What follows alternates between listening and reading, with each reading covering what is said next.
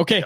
So training camp is on Thursday. Yeah. We will have lots of content from there. Going to be doing some podcasts as well. Yeah, we don't don't really know how have many a live shows. Yeah, don't know schedule. about live shows. We will be putting out podcasts though, so just follow on the podcast feed, Spotify, Apple, SoundCloud. Just going to be a little too Carrier hectic. Pigeon, whatever you get your podcast from, we'll have it up there. We'll do some stuff. We got the full setup. We'll be bringing that down. So my question going into it, and I'd love to see some in the chat as well. We'll interact with those. What's the biggest story that you are excited to follow at training camp? And it's we have a poll question. We'll get to it a little bit later, but it's kind of similar. I feel like we need to make a distinction here because are we talking training camp or are you talking training camp and the preseason? I'm talking training camp. I'm talking training camp here. I'm excited, and my choice is kind of based off of that. The thing that I'm most excited, the story that I'm excited to follow is I want to see how different Quinn Hughes is now that there's a C on his chest. Like now that he is the captain of the Vancouver Canucks. I'm very curious to see how Quinn Hughes operates at this camp. What is he like with some of the 20-year-old kids? Like, how is he like with the vets? Are they, I just think that there's a lot to kind of see between the interactions that you'll see between the captain and whether it's a player who's new to the team, who's been here for a long time, who's a prospect and still isn't even on the team. Like, I'm just curious to see how Quinn Hughes is as a leader at a training camp because that's something that we just haven't seen before.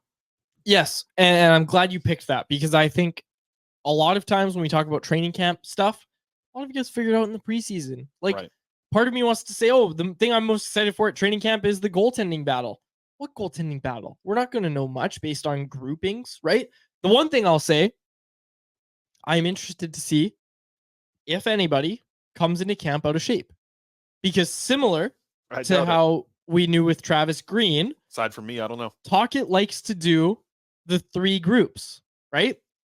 I think it's going to be very clear if somebody came in out of shape because that NHL regular will be in the final group skating with the Dmitry Zlodievs of the world, right? Like, yeah, Jake Virtanen. It happened to Jake Virtanen. That's the example. Last time they were in Victoria. Yeah, last time we were in Victoria, it was Jake Virtanen. Yep.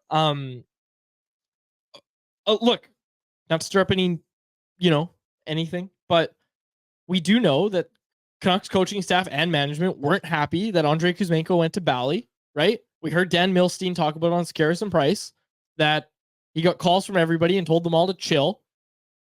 The pressure's on. Like, the pressure's on Andrei Kuzmenko to be in shape. Yeah, absolutely. He looks good. Absolutely. But see the tan that he's got? They posted some photos the other day of him. Holy moly, that guy, he's looking good. So I'm curious to see if anybody comes in out of shape because everybody's been talking about how hard this is going to be. There was a hard skate today. Randeep Janda was there over at Sportsnet 650. He was talking about how it was a harder skate from them today. So I'm curious to see that. Another good one here from Jeremy Lee. I haven't even touched on this yet, Chris. Last minute trades before the season starts. Both Elliot Friedman and Rick Dhaliwal at the time of this recording have talked about how the Canucks are trying very hard to make a trade. They are trying very hard to deal somebody. Tanner Pearson has been activated from LTIR. He is good to go. The Canucks need to figure something out. I believe they need to free up about $1.7 million in cap space. Yeah, they can get there real easy with a 21-man roster, but hey, you don't want to go on the road with 21 guys. Yeah. And they do that, They go to Edmonton and then 6 games? It's their longest road trip of the season. Like, that's not a great way to start the season going with 21, 22 guys. It'll be interesting to see what happens. Like, I wonder if Pearson's a guy who gets sent down to keep a 22-man roster because then you're maximizing the money there. So, because anybody who's making over 1.15 million, they can hit the max for how much cap you can save. There's going to be some interesting things. There's going to be some stuff that the Canucks have up their sleeve. All this we can come in here and debate and give our ideas. There's going to be something that they do different that we don't see coming. That's going to get them the most cap space available. I'll bet you they don't. I'll bet you we know what's coming because they don't have that many options. Oh yeah, they do. There's a lot of guys making between $775,000 and $1.1 million. I guess if you kind of go up to Höglander there, they have a lot of guys they can shuffle around to move $200,000 here, $300,000 here. So, like, there's a lot of options. A lot of people have said, okay, send Höglander down. No. Are you cool losing Niels Höglander on waivers? Because I'm pretty sure he gets claimed. That's why Tanner Pearson's the guy. Okay, is somebody claiming Tanner Pearson? So do you disrupt the locker room by sending down this guy who, there was a lot going on last year with him on a personal level. He knows it's the business. He's not actually going down. But in a season where you've talked about, we don't want any distractions. You don't want any distractions. You're going to send Tanner Pearson down on the first day. Yeah, he gets it because Klimovich ain't going to be in the lineup. They're going to have him in the lineup again.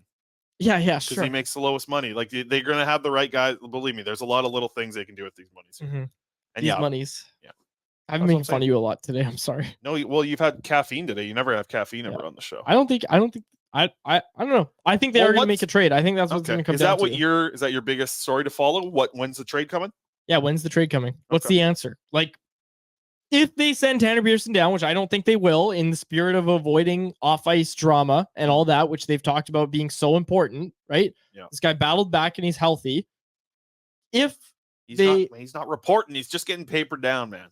They just got to do it on the opening night. But then when the first game comes around, you do some stupid things, you move around, you got 20 guys for the home game. Yeah, and then you're starting to accrue cap space from there. Yes. So then you're good. Then you take Pearson back, and you worry about it at that point. It's all. I'm saying the optics of putting him on waivers. Nah. That's what I'm talking about. Because you're right. He would have to go through waivers. Yes, go on waivers. So you're literally saying, anybody, please take this guy off our hands. We weren't expecting him to be healthy. That's what you're saying. Look, you can call me negative. You can say whatever you want. You're negative today. I'm not. I'm honestly not trying to be negative. I'm just saying with the optics of everything. I tell you what, I'm not putting any more honey in your tea. That's what's got you going here. I'm just saying with the optics and everything surrounding the whole Tanner Pearson situation that we've been following for months and months and months now, I don't think it looks good to just waive the guy. I don't. Okay. All right, understandable. No hot takes, yeah. Moving on. Well, I don't know. Are we moving on? Because I don't think I'm done. Okay. Well, I just think that he's the one that makes sense. Who's the other guy making over $1 million that makes sense if you can save some cap space? Because you're saving $300,000. You're not doing sorry. You're not doing Teddy Bluger. You're not doing Pius Suter.